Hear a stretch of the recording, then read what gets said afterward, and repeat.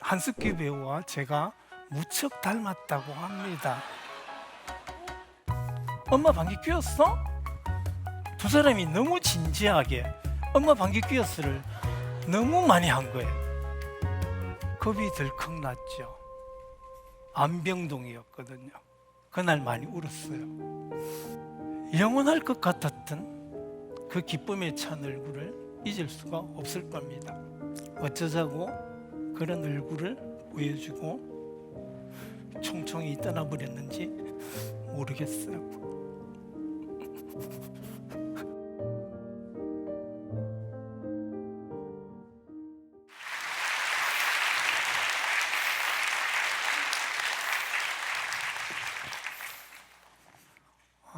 여러분들께서는 혹시 한석규 배우가 주인공으로 출연한 오늘은 좀 매울지도 몰라 라는 드라마 보셨나요? 보신 분 많으세요? 오, 반갑습니다. 거기에서 한석규 배우가 제 역할을 합니다. 오, 반응 좋네요. 김수영 배우도 아시죠? 김수영 배우는 제 아내 역할을 합니다. 드라마를 보신 분들은 한석규 배우와 제가 무척 닮았다고 합니다. 그런데 여러분들 보시기에 제가 조금 더 낫죠? 예, 김서영 배우도 사실은 제가 진짜 아내로 착각할 만큼 연기가 굉장히 실감났어요. 제가 착각할 만큼. 물론 닮았습니다. 못 보신 분들은 궁금하시죠? 예, 도대체 어떤 드라마일까? 그 드라마 원작이 제가 쓴 책 같은 제목의 에세이인 오늘은 좀 매울지도 몰라입니다. 그런데 어떤 분들은 소설보다 더 소설 같다고 해요. 그럴지도 모릅니다. 지나고 보니 직접 경험한 저도 그 사건들이 꿈만 같거든요. 아마 상황이 좀 특별해서 그럴 겁니다.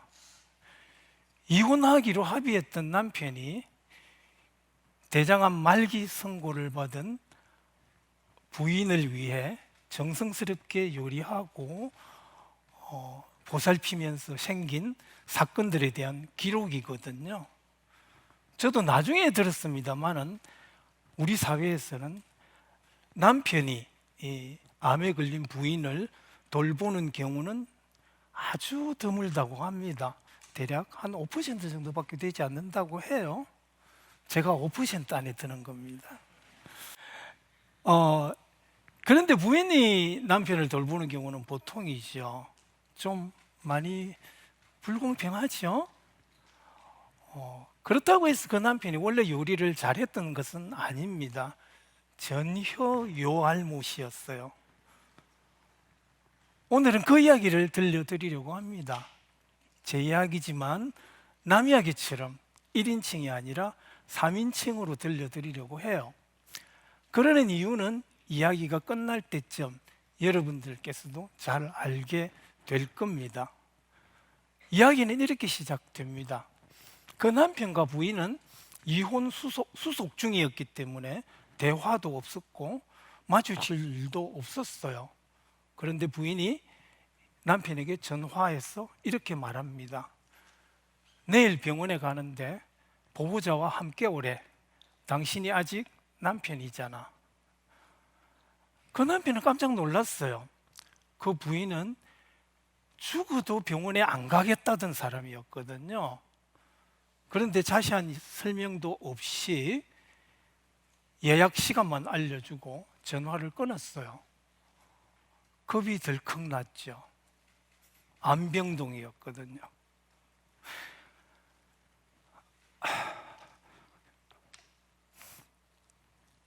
대장암 말기라는 선고를 받은 그때의 충격은 말로 표현할 길이 없어요.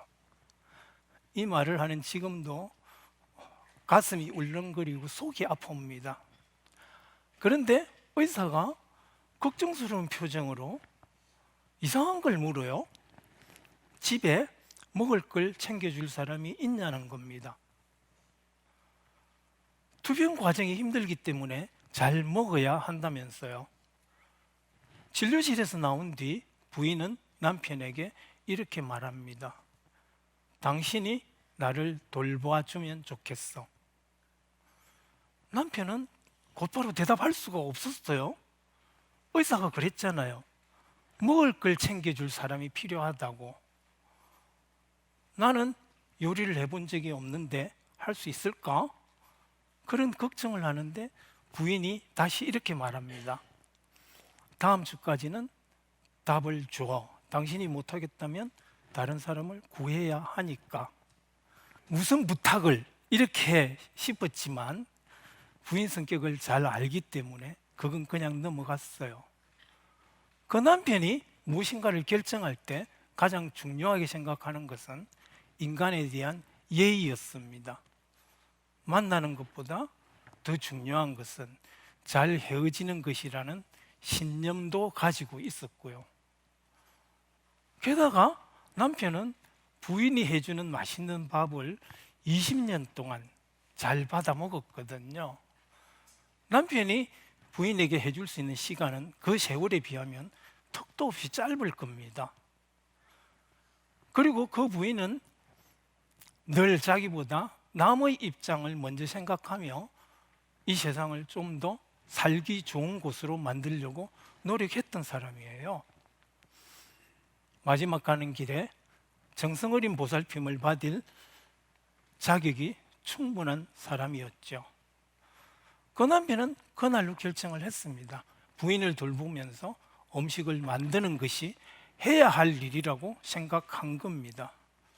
그렇다면 언제나 정면 돌파가 최선의 해결책이죠. 처음에는 시행착오를 겪지 않을 수 없었어요. 요리를 제대로 배울 여유도 없이 암 환자의 음식을 곧바로 만들어야 했으니까요. 그렇잖아요. 우리는 끊임없이 먹어야 하고 환자는 그래야 약을 먹을 거잖아요. 부인은 시금치 나무를 만들어 달라고 하고는 방에 들어가 버렸어요. 남편은 사온 시금치를 보는데 난감하기 그지없었어요. 그 남편이 가지고 있던 씻는다는 개념은 비누칠하고 문지르고 물로 헹구는 것이었거든요.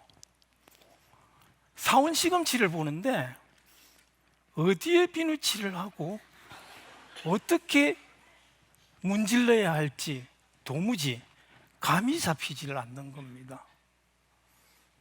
흐르는 물에 씻어 보았지만 아무리 씻어도 흙이 나와요. 많이 씻었으니까 괜찮겠지 하고는 데쳐서 묻혀내 놓았어요. 부인은 흙이 남아있네, 못 먹겠다 그러면서 젓가락을 놓아버렸어요. 그 부인은 아주 잘 만든 음식이 아니면 먹질 않았어요. 같은 음식을 이어서 2번 먹지도 않았고요. 가끔은 화를 내기도 했어요. 이걸 내가 먹으라고 만든 거야? 그럴 때면 남편은 부엌으로 돌아가 소리 없이 울기도 했어요. 참 이상하죠? 우리는 슬픈 이야기를 하는데 웃음이 나와요. 울면서 그런 생각을 한 겁니다. 밥을 먹어야 약을 먹을 수 있을 텐데 어떡하나 걱정하면서요. 부인이 강력한 진통제를 먹고 잠이 들고 나면 그 남편은 자기 방으로 돌아가 암 환자를 위한 요리법을 연구했어요. 그 내용을 잊지 않으려고 레시피를 정리해서 페이스북에 올려두기도 했고요. 소질은 있었던가 봅니다. 오래지 않아 그 남편은 어떤 요리든, 그러니까 한국 음식은 물론이고 일본, 태국, 중국 음식, 이탈리아 음식까지도 거의 호텔 음식 수준으로 만들 수 있게 되었어요.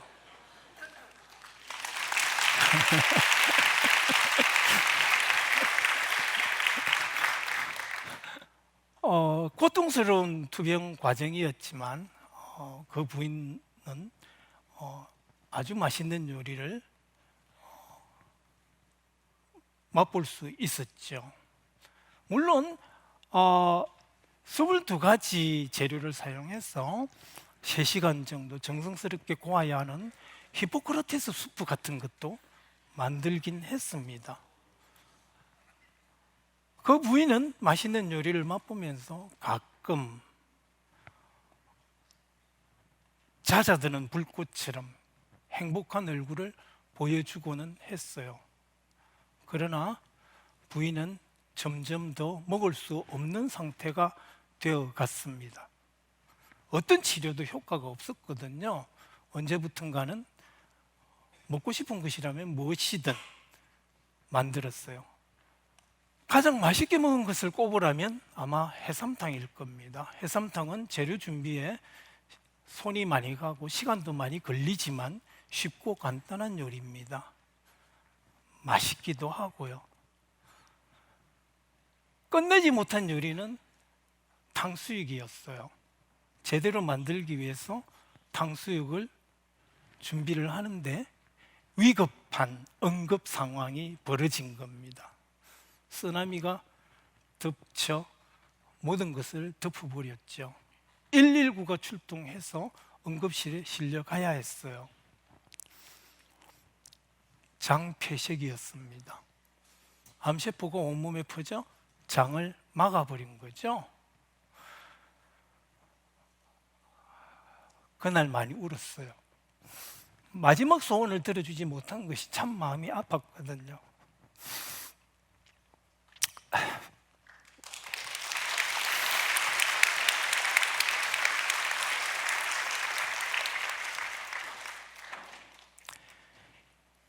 탕수육을 금방 맛있게 만드는 방법도 있어요. 그러려면 반죽을 식용유로 반죽을 해야 됩니다. 아무리 그래도 암 환자를 위한 요리였기 때문에 그럴 수는 없었거든요. 시간이 없을 때 타협을 어디까지 해야 하는지 두고두고 생각하게 만든 요리입니다. 신라 같은 희망이 없던 건 아니었어요. 위장과 대장을 연결하면 되니까요. 성공 가능성은 매우 희박했지만 시도해보기로 했어요. 대수술이었기 때문에 너댓 시간은 걸린다고 했죠. 그런데 1시간 만에 끝나버렸어요. 실망이 이만저만 아니었죠. 아무것도 못하고 그냥 덮어버렸다는 뜻이니까요. 그런데 한참 만에 회진을 온 의사가 싱글벙글하면서 말해요. 방귀만 끼고 나면 먹을 수 있게 잘 연결했습니다.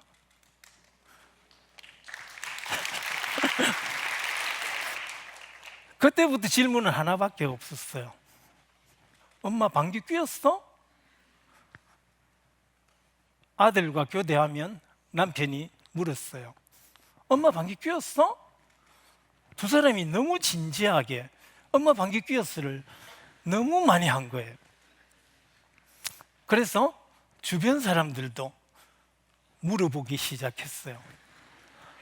엄마 방귀 뀌었어요? 엄마가 방귀 뀌었을까요? 여러분도 한번 물어봐 주실래요? 방귀 뀌었어요.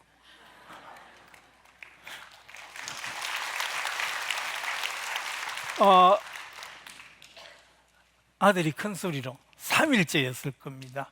아들이 큰 소리로 엄마가 방귀를 뀌었어요 라고 이야기를 외쳤어요. 전화에 대고. 방귀가 그렇게 반갑고 기쁜 것이었다니 상상을 할 수가 없는 정도였죠. 부인에게 뭐가 먹고 싶었냐고 물어보니까 완전 뜻밖의 대답이 돌아왔어요. 고소한 대패 삼겹살이 먹고 싶어. 그날은 무항생제 대패 삼겹살 파티를 열었습니다. 부인은 겨우 한두 점 꼭꼭 씹어 먹으며 아, 맛있어, 살 것 같아 라고 말하며 행복해했어요. 영원할 것 같았던 그 기쁨에 찬 얼굴을 잊을 수가 없을 겁니다. 어쩌자고 그런 얼굴을 보여주고 총총히 떠나버렸는지 모르겠어요.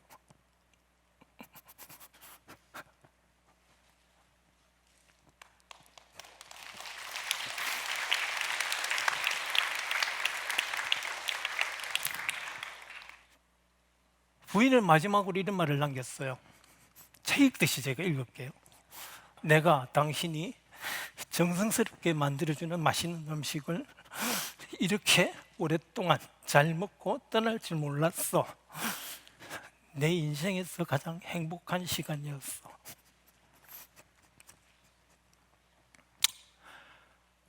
고마워, 사랑해. 남편은 부인이 사랑이라는 단어를 입에 올리는 순간 얼굴이 살짝 붉어지는 것을 보았습니다.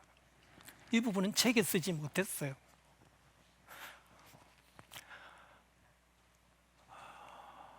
참 아이러니하죠? 30년을 함께 살았는데 병 때문에 함께했던 그 짧은 세월이 가장 행복했다니 말입니다.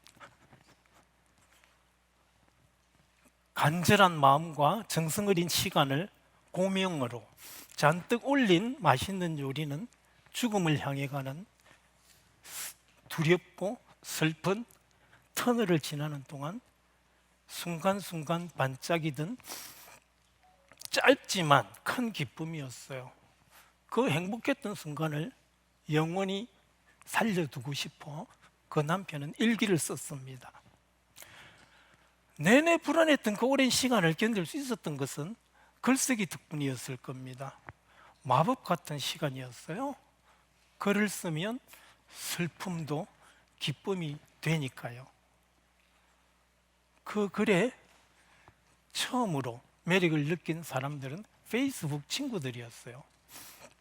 건조한 레시피였지만 예민한 친구들은 그 글에서 슬픔을 느꼈던 겁니다.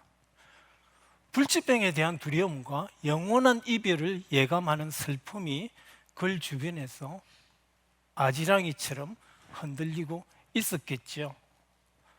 다들 그 글을 사랑했고 함께 울고 함께 웃었습니다.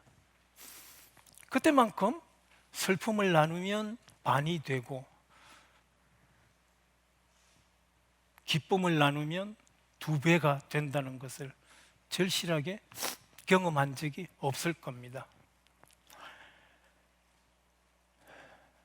부인이 세상을 떠난 뒤 그 남편은 자신의 삶이 완전히 달라졌다는 것을 깨닫게 됩니다. 끝없이 지속되던 걱정 속에서 살았기 때문에 불안증이 생겼고 일시적인 건강 악화로 조금 고생했지만 준 것보다 훨씬 많은 것을 받은 겁니다. 그 무엇보다 작가로서 글이 곧 삶이라는 것을 새삼스럽게 깨달았습니다. 그 남편은 일기를 전혀 퇴고하지 못했어요. 그리고 책을 냈습니다. 그랬지만 한 시인은 이렇게 격찬했어요. 이토록 아름답고 눈부시게 슬프며 놀랍도록 담담한 요리책이라니 침샘과 눈물샘이 동시에 젖는다. 그 남편은 깜짝 놀랐어요.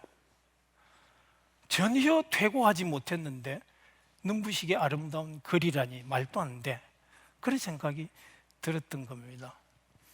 그러나 그 남편은 글쓰기 이론 하나를 떠올릴 수 있었습니다.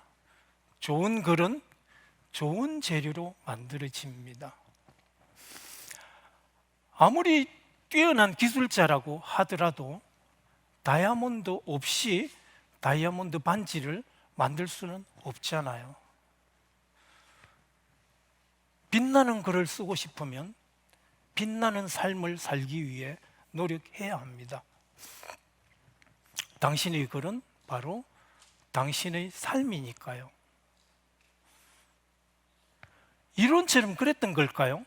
잘 모르겠지만 설사 그랬다 하더라도 그건 그 남편이 혼자 만든 것이 아닙니다. 그 부인이 연출자였고 아들이 마음을 다해 도와주었으며 제자들과 주변 사람들이 공감하고 응원해 주었기 때문입니다. 우리 삶은 언제나 모두가 함께 만들어가는 것입니다. 그래서 저는 언제나 제가 아니라 당신들을 믿습니다. 그러지 않았다면 그 남편은 여러 가지 어려움 속에서도 부인을 보살피고 요리하는 데만 몰두할 수는 없었을 겁니다. 아들과 더없이 좋은 관계가 된 것도 얼마나 큰 선물인지 모릅니다. 지금도 통화하면 두세 시간은 보통이고 만날 때나 헤어질 때 아들이 뺨뽀뽀를 해줍니다.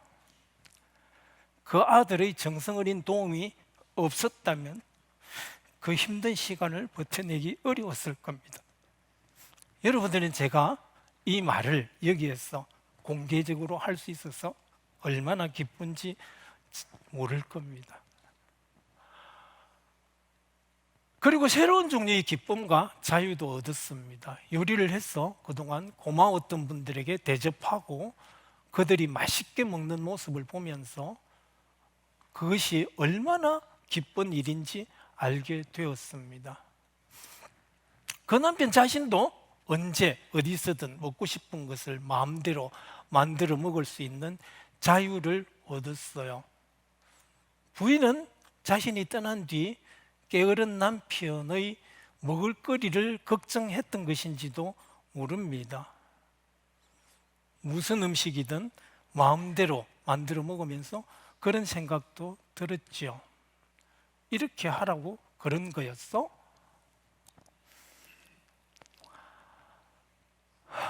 그 남편이 자기 이야기를 이처럼 남 이야기처럼 하는 이유가 뭘까요? 두 가지입니다. 그 남편은 글쓰기도 가르치는 인문학자입니다. 훈련 방법 가운데 이런 게 있어요.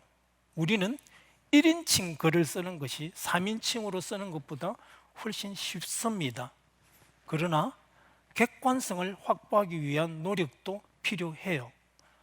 그러기 위해 1인칭으로 쓴 글을 3인칭으로 바꿔보는 겁니다. 그러면 표현과 문장이 달라집니다. 여러분들은 어떻게 들으셨나요? 이렇게 다시 되새기고 보니 이 스토리가 그 남편에게도 미래의 삶에 대한 하나의 은유로 느껴집니다. 우리 인생이 늘 그렇잖아요. 힘든 시간을 지내야 하고 그동안 잠깐씩 찾아오는 작은 기쁨이 그 시간을 이겨내는 힘이 됩니다. 아무리 힘든 시간이라 해도 그것 또한 흘러갈 것입니다. 우리 모두 그때마다 드물게 찾아오는 작은 기쁨을 큰 기쁨으로 만들어 행복한 기억으로 남길 수 있기를 간절히 바랍니다. 3인칭으로 말한 또 하나의 이유는 눈물을 보이지 않고 끝까지 잘 말하고 싶었기 때문입니다. 잘 못했죠? 아무튼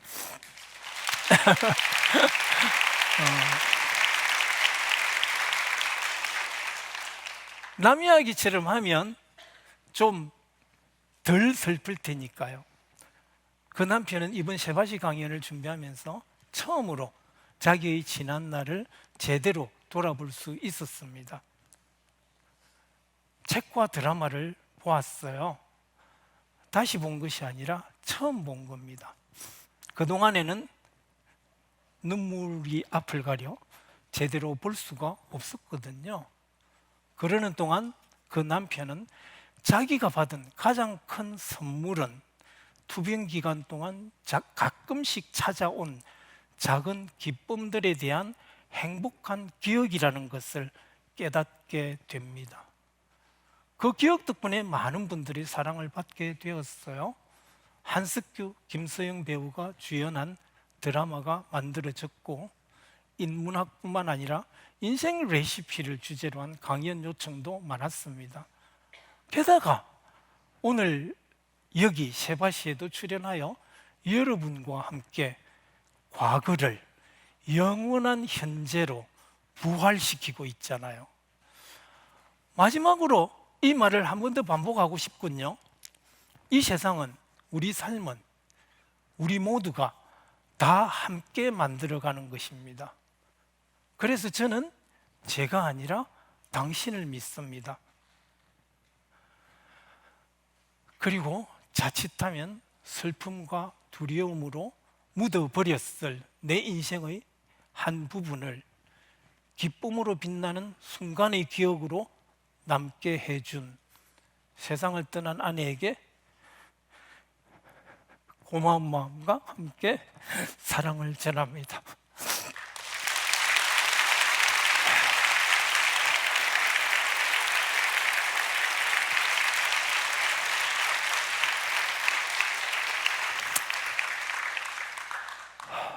기회가 되면 오늘이라는 과거를 함께 해준 여러분들께도 오늘도 좀 매울지 모르지만 제 음식을 맛볼 수 있게 해드리고 싶군요. 긴 이야기를 끝까지 경청해 주시고 응원해 주셔서 고맙습니다.